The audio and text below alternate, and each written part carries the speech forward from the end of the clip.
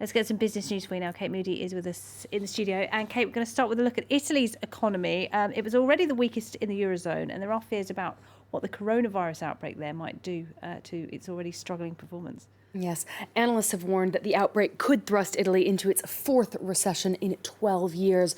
The economy is already struggling. It contracted in the final 3 months of last year and expanded just 0.2% for 2019 as a whole. Predictions for this year are still subdued. That was even before the virus took hold there. Now, the northern regions of Lombardy and Veneto, which are home to Milan and Venice, have the largest number of cases. They contribute about a third of the country's economic activity. Local authorities there have banned public gatherings, including sporting events and the Venice Carnival. Now, that's going to quickly start weighing on the tourism industry, which is responsible for about 13% of Italy's economy. Hotel associations in the north say some 25% of reservations have already been cancelled, and that is just the beginning. Exports will also be impacted, everything from fashion to machinery.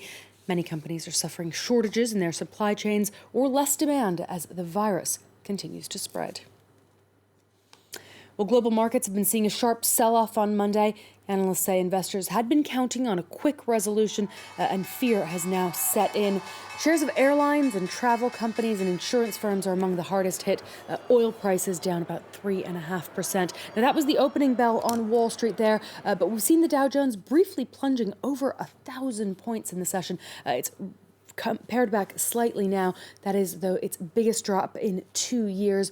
The Dow has now erased its gains for 2020 to date. Chip makers are also firmly in the red. The tech sector is especially exposed to the slowdown in China, and the Nasdaq's down nearly 3%. Italy's stock exchange, meanwhile, saw its biggest one-day drop since 2016. It was down about 5.5% in Milan. UK stocks had their worst day in 5 years, while the DAX and CAC 40 each lost around 4%. Well, some investors are trying to cash in on the uncertainty with renewed focus on so-called safe haven assets. The price of gold has topped $1,680 per ounce. That's the highest level since February 2013. Claire Rush reports. It's a safe haven in times of economic uncertainty, gold. And investors scrambled for it on Monday as stock markets plummeted. Central banks have been quite vocal from the onset of this virus, vocal in that they don't, admitting they don't know the economic effect, but saying that they are ready to step in with lower interest rates and further government bond purchases, both of which just add money into the system. And when there's a lot of money sloshing around, people tend to prefer the hard assets like gold. Gold prices have surged to a 7-year high, jumping nearly 2% to over $1,660 an ounce. Historically, the precious metal is most successful as a long-term rather than short-term investment, and a long-term balance to losses or volatility in the markets. And it's not just individual investors that are behind the trend. Central banks have also been buying up gold, with nearly record purchases in 2019. Meanwhile, the coronavirus continues to spread across the world, crippling China's economy and disrupting supply chains, sparking fears of a global economic downturn. Meanwhile, Chinese tech giant Huawei has insisted that the virus won't affect its rollout of new products and technology. On Monday, it launched a new line of tablets and a folding smartphone via a video conference. That's because the Mobile World Conference had been due to kick off this week in Barcelona. It was cancelled because of health concerns.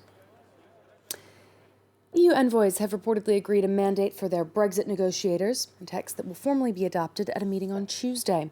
The British government will also publish its own guidelines on Tuesday, and official trade discussions are due to kick off next week. Both sides have ramped up their rhetoric in recent weeks, with French officials pushing for the UK to continue upholding European standards in exchange for market access. 2 credit agencies have downgraded Lebanon's rating as its financial crisis deepens. Moody's and S&P Global Ratings both pushed the long-term foreign currency rating further into junk territory, with the latter saying that a default is now, quote, virtually certain. The Lebanese government owes some $1.2 billion in debt repayments in early March, but it may not be able to meet those obligations. The International Monetary Fund has been advising Beirut on how to deal with its public debt, At over 155% of GDP, it is among the highest rates in the world. Well, US President Donald Trump received a warm welcome in India as he kicked off his first official visit there. He pledged to strengthen bilateral ties, but trade relations have been tense in recent years. Arno Gunki reports. Donald Trump and Narendra Modi both hailed each other's policies of prioritizing national economic interests above all else. But that shared view may also be the one that prevents the two from compromise. President Trump's America First policy and Prime Minister Modi's similar Make in India campaign have diminished the prospect of a trade deal between the U.S. and India.